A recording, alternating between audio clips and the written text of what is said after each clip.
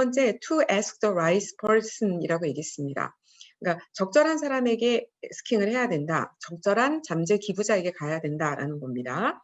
근데 기왕이면 재정도 있고 우리 관계에 호감도 있고 또 우리 사업에 대해서 관심도 있는 이런 사람들이라면 좋겠죠.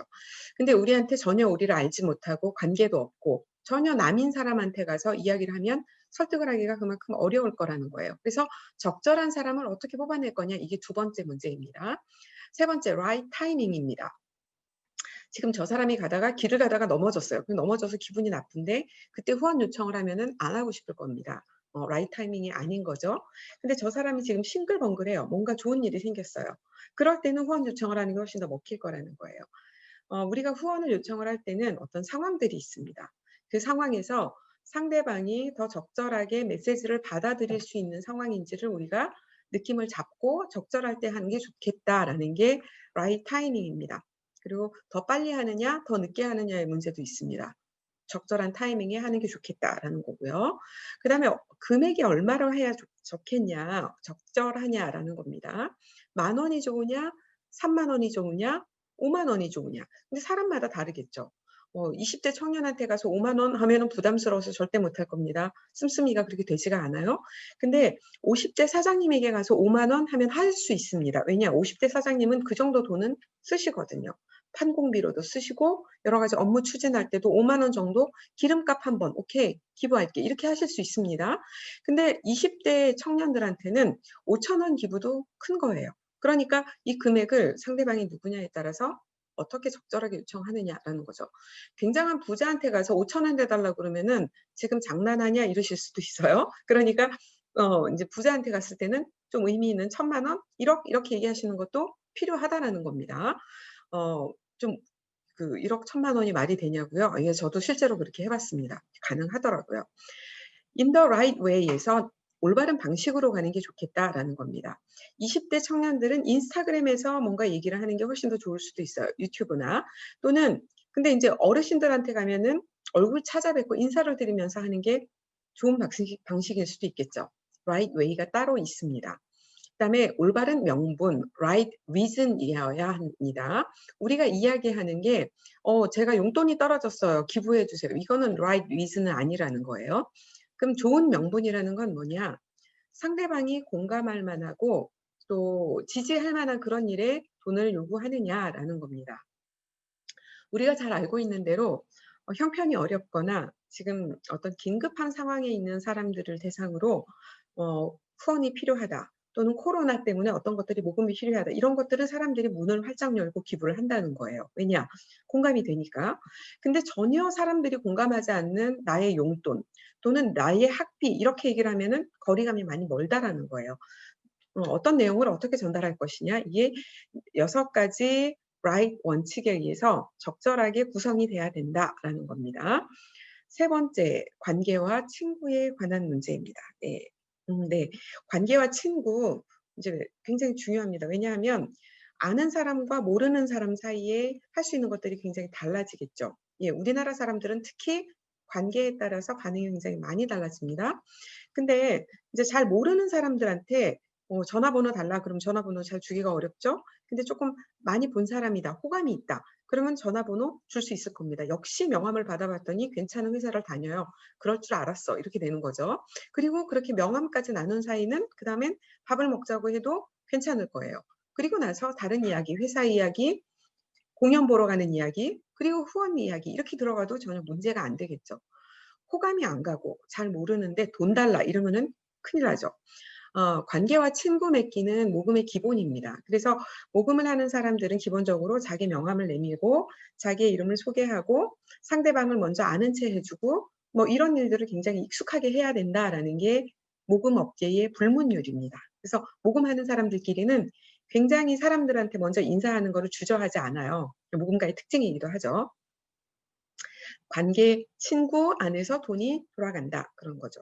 그리고 특히 모금을, 돈을 요구를 할 때는 이건 굉장히 중요합니다. 왜냐하면 돈을 쓰는 사람 입장에서 우리나라 사람들은 사람을 가려요.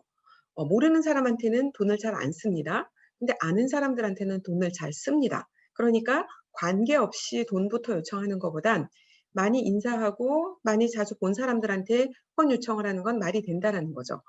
우리 기관이 이 동네에 10년 동안 있었는데 내가 10년 동안 왔다 갔다 하면서 주변 사람들한테 아침 인사 한 번 안 하고 계속 다녀서 그냥 '저런 사람이 있나?' 이런 것도 주변 사람이 모를 수도 있어요. 근데 어떤 사람은 아침마다 온 동네를 다니면서 출근길에 인사를 하고 다니는 사람도 있어요. "안녕하세요. 안녕하세요."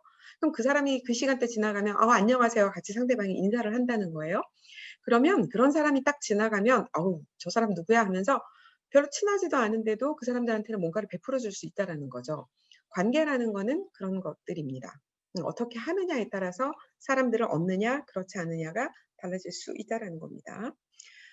기부자가 중요하다. 현재 기부자가 중요하다라는 겁니다. 제가 가끔 인제 영어 표현들이 조금씩 들어가 있긴 한데 여기도 프로스펙트라는 단어가 들어가 있죠. 예.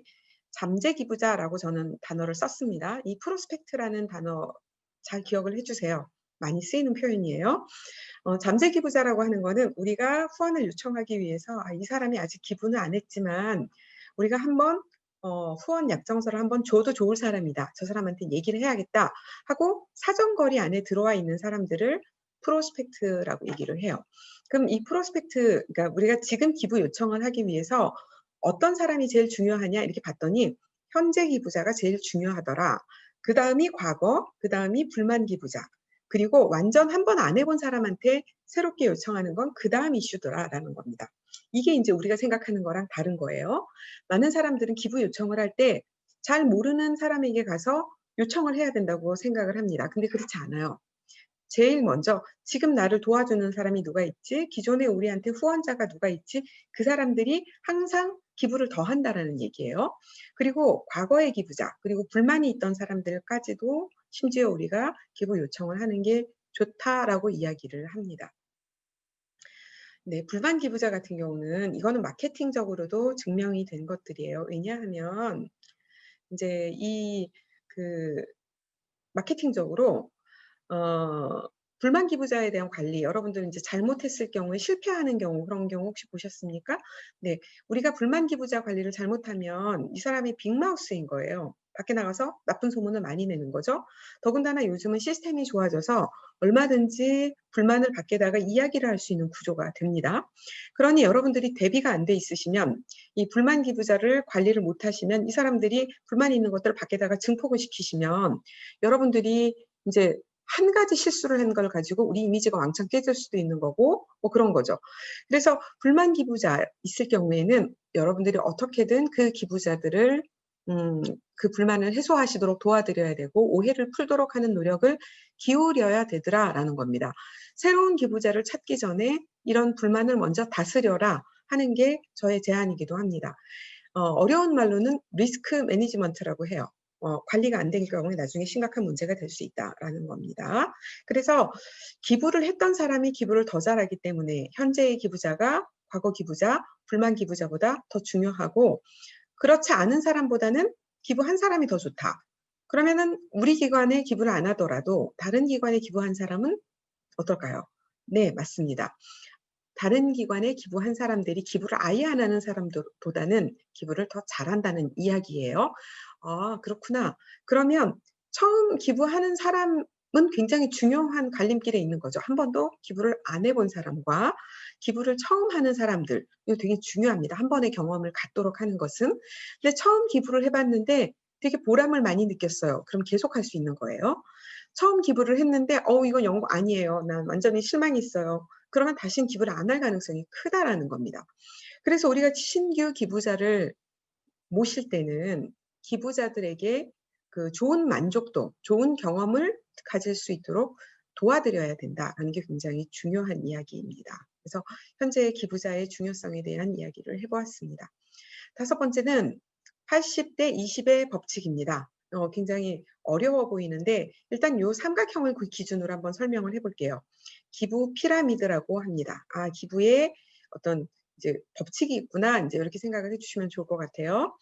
80대 20 이라는 법칙은 그 사회학에서 쓰이는 개념이에요. 사회학자 파레토라는 사람이 만들었다고 해서 파레토의 법칙이라고 불리기도 합니다.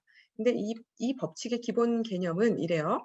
개미 100 마리를 모아서 일을 시켜 봤더니 다 열심히 왔다 갔다 하는데 그중에 80마리는 쓸데없이 아무것도 안 들고 왔다 갔다 하는 개미들이 되게 많고, 그중에 20마리 정도만 제대로 된 무거운 먹잇감을 얻어오더라. 뭐 이런 거예요. 그럼 그 80마리는 뭐 하냐? 나름대로 역할이 있겠죠. 뭐 적들이 공격할 때 약간 허수를 빼놓을 수도 있는 거고요. 그 이유는 저도 잘 모르겠지만, 실제로 어떤 일을 시켜보면은 전체 중에서 20%만이 제대로 작동이 되더라라는 그런 데서 착안이 된 개념입니다. 80대 20이에요.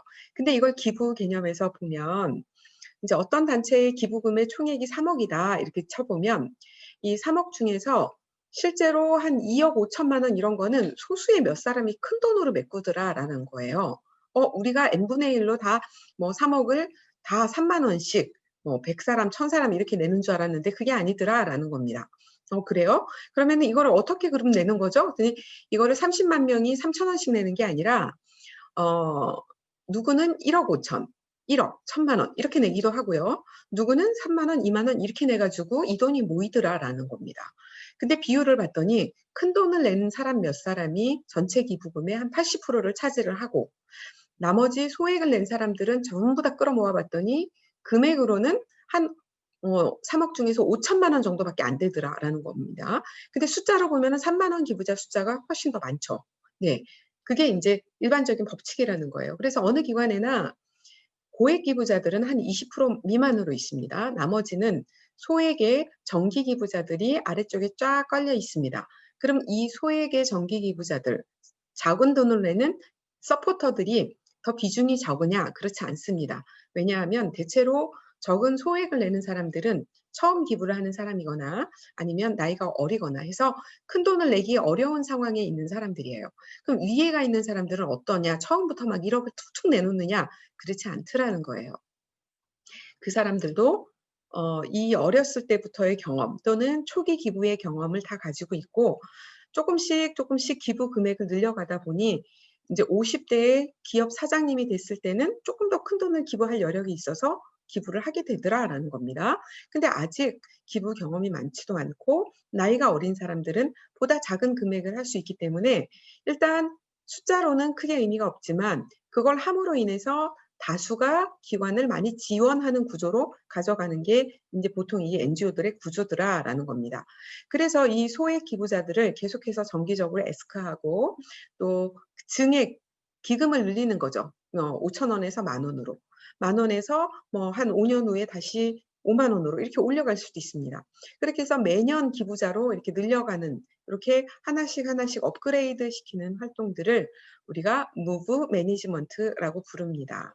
이렇게 모금을 그냥 하는 건 줄 알았더니 기부자들을 쌓아가면서 기부자들을 다시 성장시키는 구조도 있군요. 요거를 기억을 하셨으면 좋겠습니다. 기부자는 성장합니다. 그다음에 기부는 쉬워야 합니다. 기부가 어려우면 사람들이 기부를 안 해요. 그냥 기부할 마음 먹는 것도 어려운데 나보고 은행을 가서 무통장 입금을 시켜 달래요. 이러면 안 하겠죠. 근데 모바일에다가 문자 보내서 바로 들어가서 QR 코드로 뭐 한다라든가 아니면 버튼을 바로 누르게 돼 있어서 결제가 굉장히 편리하게 되도록 되어 있다. 카카오페이 이렇게 하게 되어 있으면 기부를 잘하게 되는 거죠. 그러니까 기부를 쉽게 하도록 하기 위해서 모금하는 사람들은 여러 가지 시스템, 결제 방식, 궁금한 거에 대한 답변들 이런 것들을 잘 설계를 해 놔야 된다라는 거예요. 준비가 부족하면 설명이 어렵습니다. 뭔가 덜 갖춰진 것들이 생겨요. 그러면 모금을 못하게 되더라라는 겁니다. 기부가 쉬워지도록 장치를 마련해야 된다라는 게 꼭 중요하게 아셔야 될 겁니다. 일곱 번째는 모금은 시도하고 실패하고 테스트하는 겁니다. 처음부터 모금을 잘하는 사람이 없다라는 겁니다. 한 10번 실패하고 1번 성공하고 20번 실패하고 또 1번 성공하고 또 50번 실패하고 1번 성공하고 이런 것들이 겹친다는 거예요. 근데 작은 실패가 중요합니다. 작은 실패를 하고 얻는 레슨들이 모이면 큰 실패를 안 하게 돼요. 근데 인제 실패를 아예 두려워하고 작은 실패를 다루면서 교훈을 못 얻잖아요. 실패를 하고도 배운 게 없이 부끄러움만 남으면 그러면 그다음은 진도를 못 나간다는 거죠. 실패가 용인되는 게 돼야 됩니다. 실패는 감출 게 아니라 뭔가를 해 봤다라는 증거예요. 아예 안 하면 0이 되는데 실패라도 하면 30이 되거든요. 그러니까 0을 계속 가 봤자 0 이에요. 근데 30 가고 50 가고 곱하기 하면은 이거는 숫자가 늘어나게 돼 있어요. 그러니 여러분들이 아예 안 하시는 거가 가장 큰 실패입니다. 그러니까 실패 자체를 걱정하지 마시고 계속 반복해서 하시는 게 중요하다입니다. 그다음에 창의적이고 혁신적으로 일을 해라랍니다. 창의적이고 혁신적이라는 거는 저는 이렇게 설명을 해요. 한 번 더 생각을 해 보는 겁니다.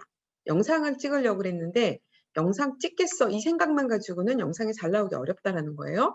쪼끔 더 예민한 친구들은 이렇게 할 겁니다. '영상을 찍을 건데 컨셉은 요렇게 사방샤방하게 잡아야겠어. 무지개 색깔로 할래.'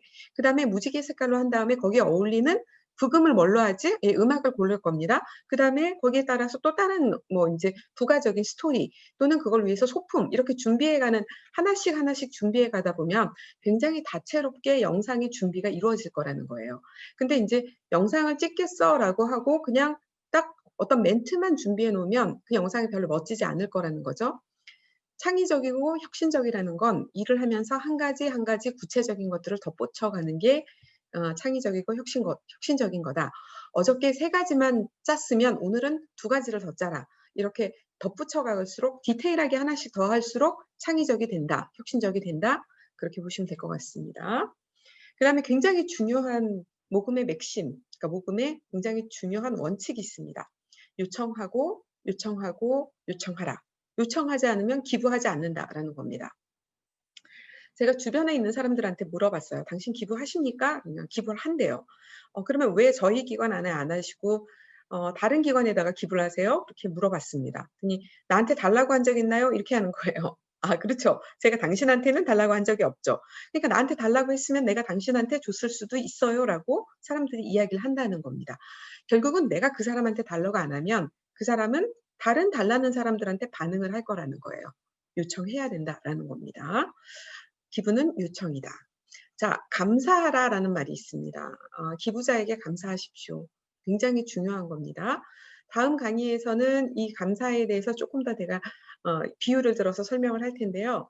감사는 기부자한테 굉장히 중요한 요소입니다. 왜냐하면 감사는 기부자한테 칭찬이거든요. '아 내가 잘했구나.' 하도록 느끼게 하는 거예요.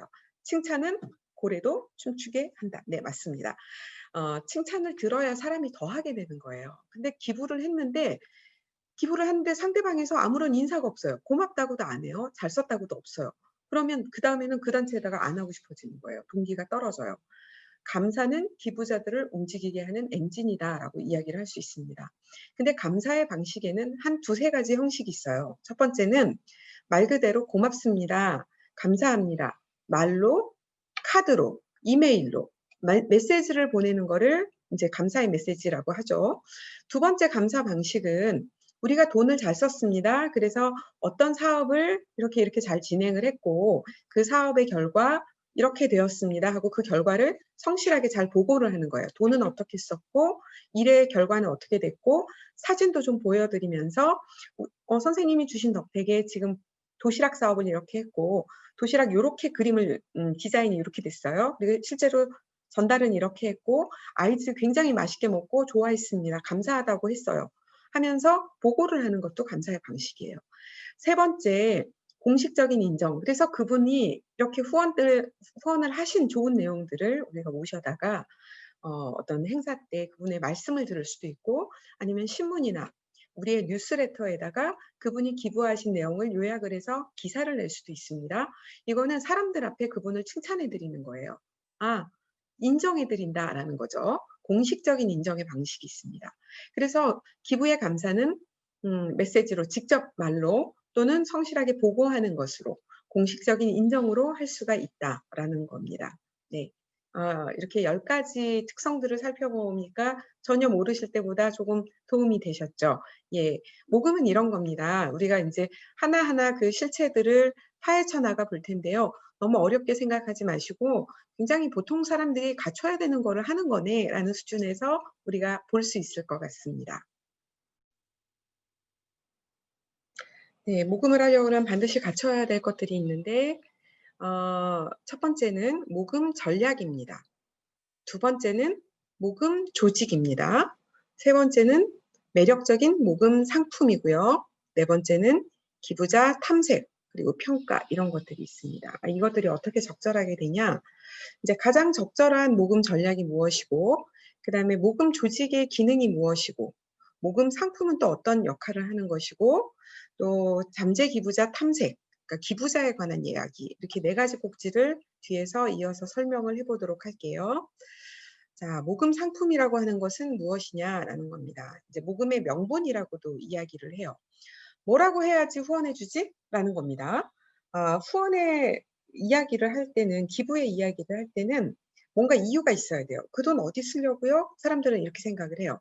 그러면 우리가 어려운 이을 보살핀다든가, 가난의 고리를 끊는다든가, 더 풍성한 삶이나 약자를 위한 일, 또는 잘못된 어떤 사회 부조리를 없애는 일, 인권에 대해서 문제가 있는 것들을 개선시키는 일, 환경의 문제를 바꾸는 일 등등등등, 우리가 해야 되는 현장에 어떤 문제들이 있어요.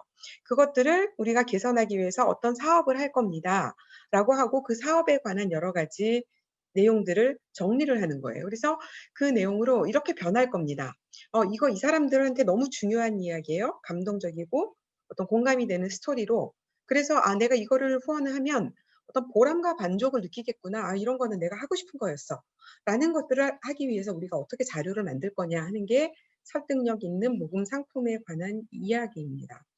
그래서 이런 상품을 구성을 하기 위해서 우리가 이제 여러 가지 디자인을 합니다. 그래서 뭐 소액의 정기 결제 방식, 또는 인제 약간 단독 어떤 패키지 이런 상품을 구성을 하기도 하고요. 또 어떤 경우에는 고액의 상품을 주기도 합니다. 근데 인제 사람들한테 모금을 이야기를 할 때 그런 상품을 이제 전달하는 방식이죠. 모금을 하는 그런 방식이 어떤 일반적인 기부, 그래서 제너럴 서포트 형식으로 갑니다. 목적 사용 없이, 목적을 지정하지 않고 인제 우리한테 위임을 해 주시면 우리가 여러 가지 사업도 하고 운영도 하고 인제 여러 가지 일도 추진할 겁니다. 그래서 "우리의 회원이 되어 주십시오. 회부를 납부해 주십시오. 월 정기적으로 우리에게 어떤 지원을 해 주십시오." 하는 게, 이게 인제 기본적인 상품이라는 거예요. 두 번째는 프로젝트 단위의 상품을 기획을 할 수가 있습니다. 예를 들어서 우리가 건물을 짓습니다. 건축비를 같이 참가해 주세요. 우리가 어떤 공연 작품을 올리려고 합니다. 그러니까 그 공연 작품에 출연하시고 공연을 올릴 수 있는 어떤 문화 사업 이런 걸 해 주십시오. 그러면 문화 사업 기금이 되겠죠. 세 번째, 인제 캐피털 서포트라고 하는데, 큰돈을 기부하기에 좋은 거예요. "건물을 하나 통째로 지어 주시면 우리가 건물에 이름 달아 드리겠습니다." 뭐 이런 것들이 캐피털 서포트에 해당되는 거고요. 또 어떤 것들은 "당신의 기금을 주시면 그 기금으로 우리가 평생 장학생들을 매년 몇 명씩 지출하겠습니다." 이런 식으로 돈을 적립을 하게 하는 게 있어요. 그게 인다우먼트라고 표현이 돼 있는데, 적립을 해서 그걸로 돈을 쓰게 하는 그런 방식도 있습니다. 어떤 상품은 매칭 그랜트에서 기업이 반, 개인이 반 이렇게 하게 하는 형식도 있어요. 예를 들어서 우리가 장애인들의 작업장을 만들어요. 왜냐하면 장애인들도 자립을 해야 되니까 뭔가 직업 훈련소를 통해서 직업을 하려고 그러면은 공장을 만들어야 돼요. 근데 그 공장을 만드는 기금을 우리가 모으고 있는데, 후원자님이 매달 3만 원씩 여기다 보채 주시면 어떤 기업에서 여기다가 풀무원 같은 데서 뭐 3만 원을 같이 보태서 해 주시겠대요. 그러면 우리는 한 분이 3만 원이지만 기업에서 또 3만 원이 들어오기 때문에 6만 원짜리 상품이 되기도 해요. 이런 식으로 매칭 디자인으로 하기도 합니다. 그래서 액수에 비례해서 누군가가 더 그것을 더해 주는 방식의 상품을 구성을 할 수도 있습니다. 이렇게 돈을 어떻게 내게 하느냐에 따라서 사람들이 내는 방식이 되게 달라지겠죠. 방법이 다양할수록 사람들은 이제 편하게 선택을 할 수 있을 겁니다. 그래서 모금 상품에 관해서 이야기했습니다. 어떤 이유로 어떤 내용을 모금을 할 거냐, 이런 차이가 있더라라는 거고요. 두 번째, 기부자에 관한 이야기입니다. 이제 기부자를 모금은 대체로 기부자를 개발하는 일이죠. 왜냐하면 사람을 모은다고 했으니까요. 그럼 그 사람을 신규 기부자를 모으냐, 그 사람을 다음 단계에 있는 중간 기부자로 올리고 고액 기부자로 올리고, 이렇게 여러 가지 단계별로 다르게 하는 일, 이게 다 기부자 개발에 관한 이야기입니다. 그래서 기부금을 얻거나 마케팅을 하거나 뭐 후원 개발을 하거나 관계 관리를 하거나 이런 게 다 여기에 관련되는 이야기인데, 인제 모금을 잘하는 기관들일수록 기부자를 일회성 취급을 안 한다는 거예요. 근데 이제 장기적으로 보는 사람들일수록 단순히 마케팅이나 돈에다가 초점 맞추기보다는 사람에게 초점을 맞추더라라는 거죠. 기부자. 어, 그 일회성 기부는 돈에다가 초점을 맞춥니다. 근데 장기적인 기부는 기부자, 사람에게다 초점을 맞추더라 하는 걸 기억을 하셨으면 좋겠습니다. 그럼 기부자는 누구냐? 그들은 왜 기부하느냐? 천차만별입니다. 사람마다 나는 어렸을 때 어려워봤기 때문에 나보다 어려운 사람을 돕고 싶어요 하는 사람도 있고요. 나는 이제 나중에 내가 성공을 하면 꼭 하고 싶은 것이 있었어요. 나는 환경운동가가 될래요. 이런 사람도 있어요. 그래서 자기가 어떤 이유로 기부를 하고자 하는 동기가 있었을 때 그게 이제 바깥으로 나오는데 근데 실제로 물어봤습니다. 왜 기부하냐 그랬더니 요청을 받아서 기부했다. 누가 달라고 해서 줬다. 내가 기부할 여력이 있어서 평소에 습관이 돼 있어서 그 목적에 내가 관심이 있어서 우리 사회가 달라지길 바래서 감사의 표시로 나중에 뭐 뜻을 함께하는 유명한 사람들이 있어서 뭐 이런 거죠. 연예인들이 있습니다. 그들이 내 의견을 존중해 줘서 내 얘기를 잘 들어줬기 때문에 뭐 기부를 했다. 여러 가지 일이 있습니다. 복 받을 일이라서 기부를 한다. 이런 사람도 있어요. 네, 실제로 이거는 사람들의 응답입니다. 근데 그중에서도 가장 많이 대답한 것이 그냥 저도 평소에 생각이 있긴 했는데 마침 그 사람이 달라고 해서 줬어요. 이게 굉장히 많았어요. 결국 우리가 요청이 중요해지는 이유이기도 하더라라는 겁니다. 자, 잠재 기부자의 발견. 그러면 우리가 이제 기부자들을 알아봤으면 좋겠죠. 딱 이렇게 사람을 보면 '저 사람이 기부하는 사람이겠다.'라고 우리가 구분해서 볼 수 있으면 좋을 겁니다. 그래서 보통 NGO들은 모금을 잘하는 단체들은 이걸 정교하게 분석을 합니다. 기부자를 분석을 해서 기부자들의 어떤 데이터들을 쭉 모아 가지고 비슷한 자료들끼리 모아 보는 거예요. 그래서 세분화를 합니다. 아, 정기 기부자, 고액 기부자 또는 일회성 기부자 이런 것들을 나눠서 보기도 하고요. 여성 기부자 또 청년 기부자 뭐 이런 식으로 나눠서 보기도 합니다. 세분화 작업을 해요. 그리고 나서 페르소나라는 걸 갖다 붙여요. 이 페르소나는 여러분들이 많이 앞으로 들어보실 건데요. 페르소나는 어떤 그 성격의 사람이에요. 우리 안에도 이중성이 있을 수도 있어요. 지킬 앤 하이드 이런 게 있잖아요. 어떤 사람은 되게 거칠고 막 그런 성향이 있는가 하면 어떤 사람은 되게 신중하고 세밀하고 뭐 이런 성향이 있을 수도 있어요. 그럼 우리의 기부자들의 페르소나는 어떤 성향을 가진 사람들이냐 그런 걸 분석을 해볼 수도 있겠죠. 예를 들면 아동 후원 기관들의 기부자들은 어떤 사람들이냐 엄마들이 많더라라는 거예요. 아, 아이에 대해서 엄마들이 마음이 쓰이니까 엄마들이 여성들이 주로 많이 기부를 하는구나. 말이 되죠. 장애인 단체의 기부자들을 봤더니 누가 기부를 하냐? 장애인과 얽혀져 있는 사람들, 가족들이나 그 산업에 있는 사람들이 많이 기부를 하거나 아니면 어렸을 때부터 장애인하고 뭔가 연결된 프로그램 참가한 사람들이 기부를 많이 하더라. 그럼 그런 사람들에게 모금을 해야 되겠죠. 이처럼 페르소나나 기부자의 유형을 알아보는 이유는 기존에 우리를 도왔던 사람들이 저런 류의 사람들이니까 우리가 앞으로 모금 활동을 할 때에도 저런 성향이 있는 사람들한테 모금을 하면 더 잘 되지 않을까 하는 게 이 페르소나, 잠재적인 기부자의 특징이라는 겁니다. 그래서 기부자가 어떤 상황에 있는 사람인지, 그들이 왜 기부를 했는지 이런 기부의 동기에 관한 것들을 잘 물어봅니다. 근데 그러려면은 여러분들이 뭘 하셔야 되냐? 기부자 데이터를 잘 아는 게 굉장히 중요합니다. 저도 처음 모금했을 때 기부자의 데이터의 중요성을 잘 몰랐어요. 그래서 어떤 한 교수님께서 계속해서 엑셀 파일에다가 기부자 리스트를 올리시는 거예요. 저는 그거의 중요성을 몰랐거든요. 그래서 너무 귀찮은 거예요. 맨날 이름 바꿔 달래요. 또 뽑아 달라고 하고. 근데 그걸 자꾸자꾸 하다 보니까 '아, 이게 이래서 이 데이터를 중요하게 하는구나. 데이터가 없으면 우리가 써먹을 게 없구나.' 그런 것들을 배우게 되는 거죠. '모든 모금의 전략은 기부자 데이터로부터 나오더라.'라는 겁니다. 근데 기부자를 볼 때 세 가지 굉장히 중요한 게 있어요. 첫 번째, 돈 낼 능력이 있느냐라는 겁니다. 두 번째, 우리하고 커넥션, 관계가 있느냐. 세 번째, 우리가 하는 일에 관심이 있느냐라는 겁니다. 무슨 뜻이냐면 아무리 우리한테 관심 많아도 돈 없으면 기부할까요? 라는 거예요. 안 되겠죠. 네. 관심은 관심이고 돈은 돈입니다. 관심만 있으면 그냥 몸으로는 도와줄 수 있지만 돈으로 있으면 돈으로 줄 수도 있는 거예요. 그러니까 저 사람이 지금 재정적으로 괜찮으냐를 알아보는 건 되게 중요한 일이고요. 두 번째, 그 사람이 우리를 관심 있게 보느냐, 또 우리하고 친하게 커넥션이 있느냐, 잘 지내느냐, 관계가 있느냐라는 것도 중요한 이야기입니다. 그래서 잠재 기부자, 특히 고액 기부자 서치를 할 때 이 세 가지 요소를 우리가 집중